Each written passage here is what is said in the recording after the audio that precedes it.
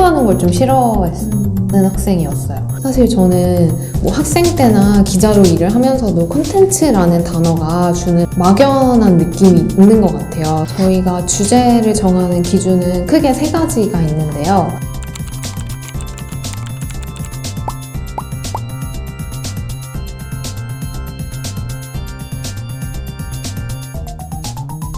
저는 라이프스타일 분야의 콘텐츠를 기획하고 제작하는 일을 하고 있는 에디터 송은호라고 합니다. 일상의 아름다움을 발견하기 위해서 라이프스타일 에디터가 되어서 현재 컨셉진 에디터가 되신 걸로 아는데요. 컨셉진에 대한 소개를 부탁드려도 될까요? 일단 컨셉진은 당신의 일상이 아름다워집니다 라는 슬로건으로 발행되는 잡지인데요. 일상의 소소한 가치를 재발견하고 되게 작은 노력으로 일상을 좀 더 아름답게 만드는 그런 방법에 대해서 이야기하고 있는 매거진이에요. 일단 컨셉진은 월간지여가지고 업무 단위가 크게 한 달로 흘러가요. 그래서 예를 들어서 다음 호의 주제를 정하기 위해서 주제회의를 먼저 하고요. 그리고 주제가 정해지면은 세부적인 기사 방향을 논의를 해야 하니까 그 주제에 맞춰서 기사 방향을 생각을 해온 뒤에 기획회의를 진행을 해요. 근데 저희가 에디터들별로 이렇게 맡고 있는 기사가 꼭지가 정해져 있거든요.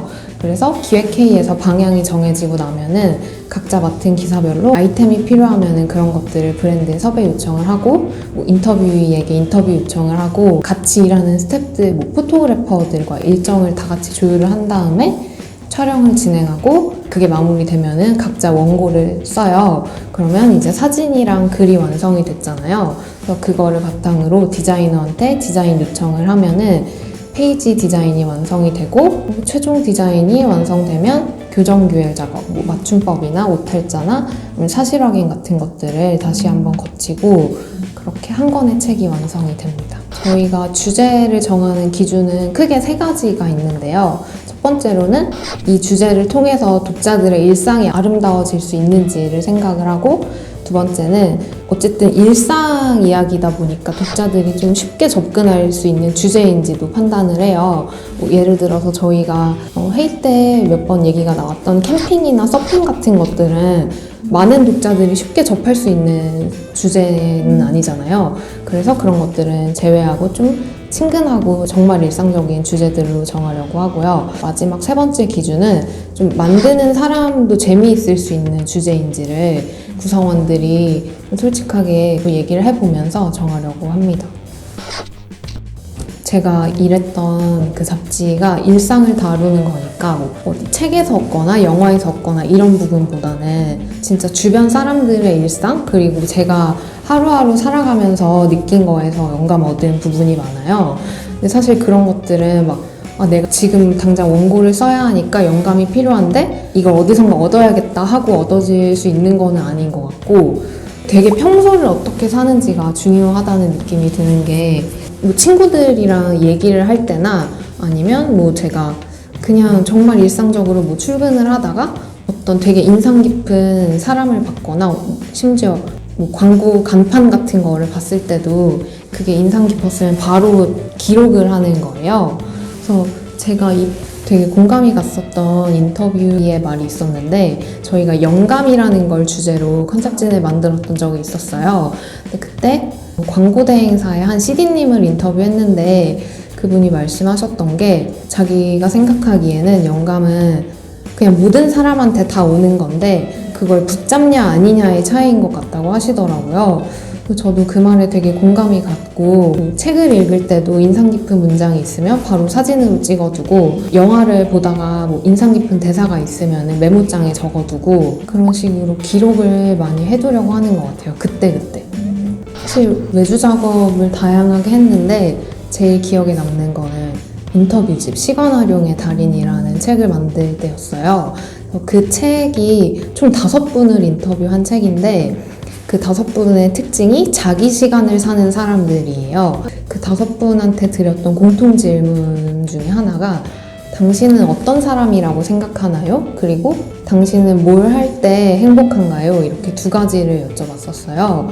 근데 그 답변들이 되게 제각각인데 그 얘기를 들으니까 뭔가 그 질문을 저 자신한테도 던지게 되더라고요. 그러니까 나는 어떻게 시간을 보낼 때 행복하고 나는 스스로 어떤 사람이라고 생각하는지를 물어보게 되는 그런 시간이 됐었는데 일로서 시작한 작업이었는데 그러니까 제 삶에 대한 것까지 그게 이어지게 되니까 제일 인상이 깊은 것 같아요. 저는 사실 컨셉진을 처음 알게 된 거는 제가 온라인 경제 매체에서 기자로 일할 당시에 기사를 쓰면서 그냥 한 번 읽히고 끝나는 게 아니라 계속 사람들 마음에 남는 콘텐츠 같은 걸 만들고 싶다는 생각이 들었어요.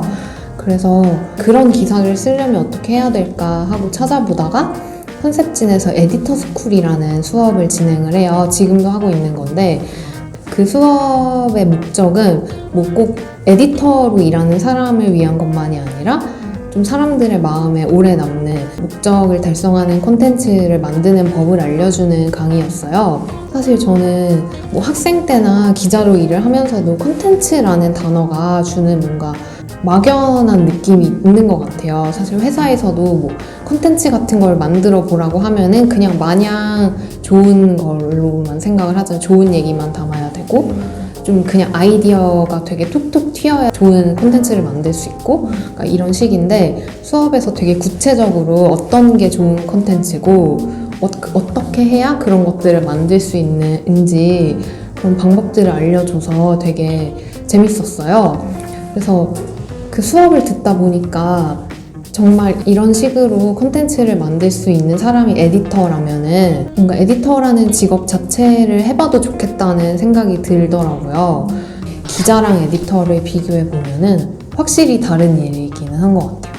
예를 들어서 에디터는 물론 일을 하는 과정 안에 취재를 하고 기사를 쓰는 일도 하지만 사실 기자의 일은 그게 거의 전부라면 에디터는 그거는 일부고 그러니까 콘텐츠를 그냥 기획하고 완성하기까지를 총괄하는 감독 역할이 더 맞는 것 같아요. 에디터는 전체를 총괄하는 일을 해야 되고 그리고 사실 저희가 다들 그렇게 얘기를 해요. 글쓰기는 이게 전부는 아니니까 에디터로서 조금 글쓰기는 부족해도 다른 부분이 능력이 있다면 할 수 있는 직업이라고 이야기를 할 정도거든요.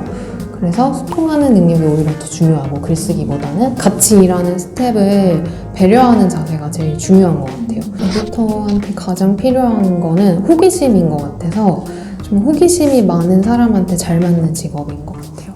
뭐 매달 다른 사람을 만나고 매달 다른 글을 쓰고 그리고 어쩔 때는 뭐 브랜드와의 작업을 하게 될 경우에는 내가 한 번도 관심을 안 가져본 분야의 일을 뭐 취재하고 글을 쓰는 일을 해야 되거든요.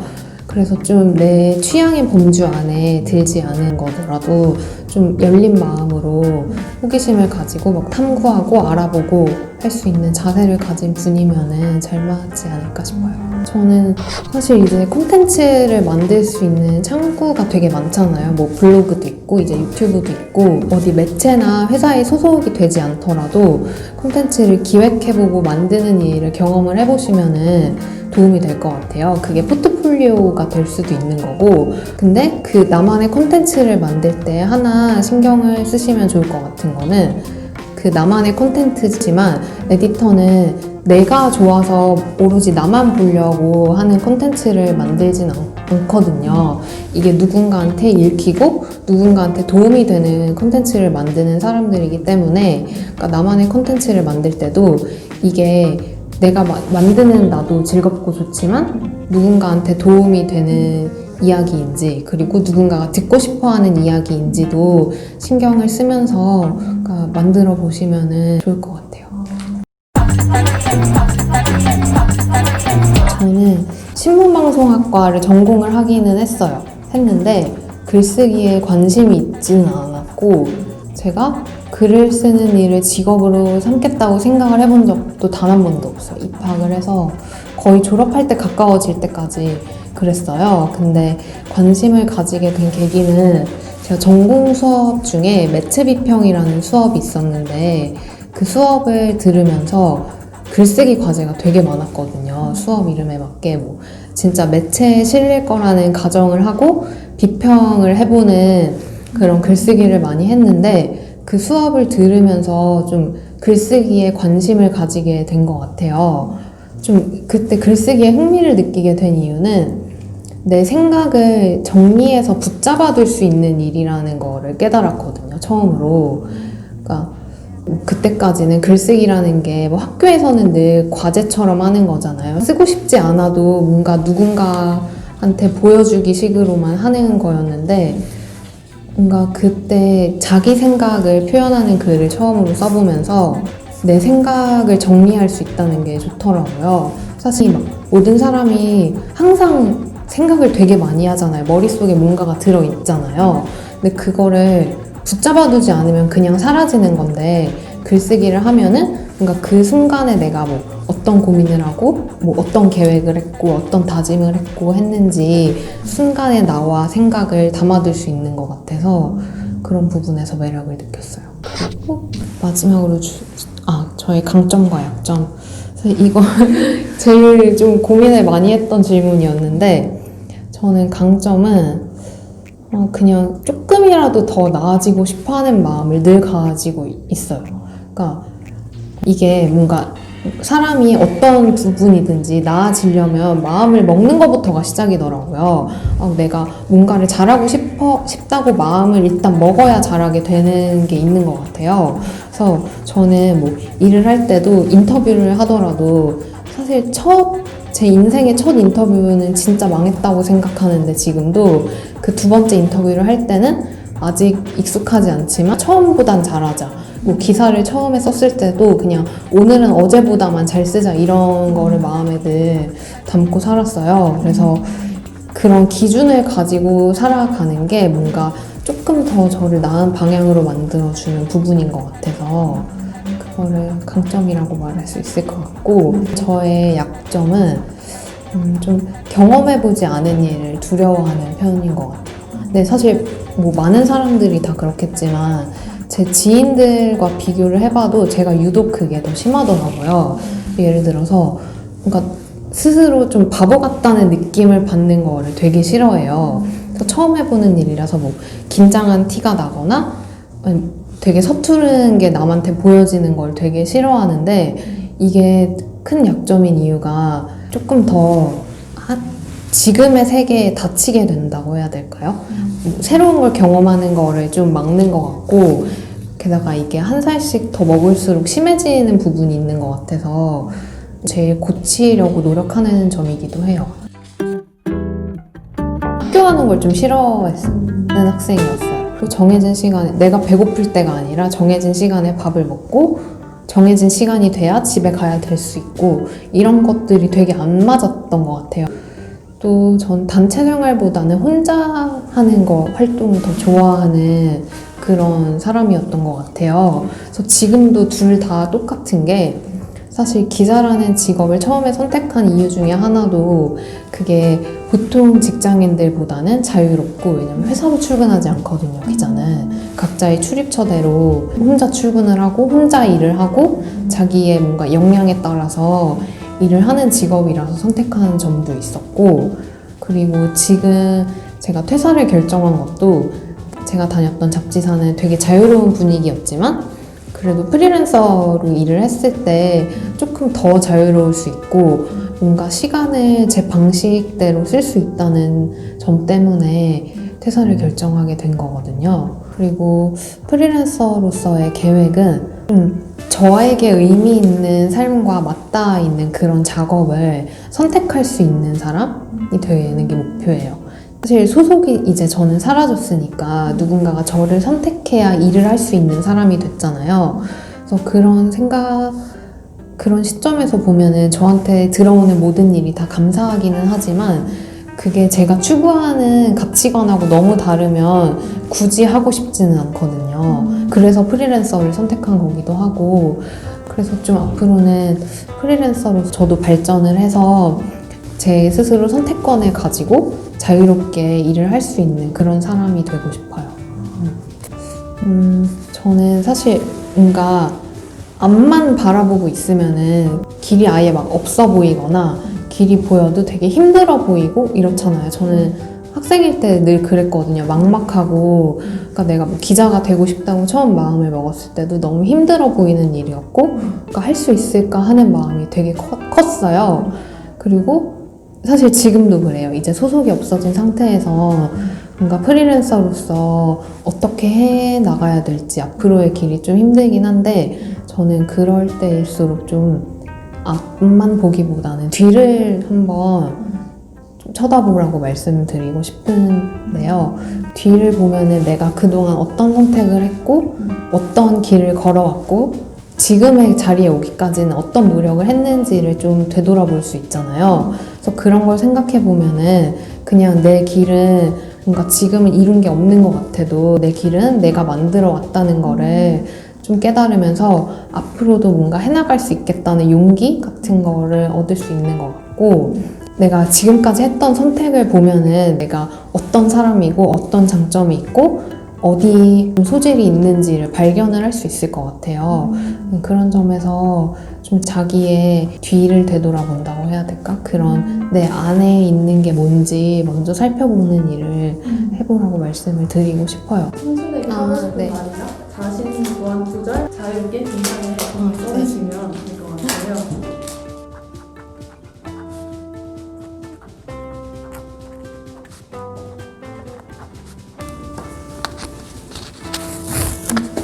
얼마 전에 읽은 젊은 시인에게 보내는 편지라는 책에서 굉장히 인상 깊게 읽었던 문장인데요.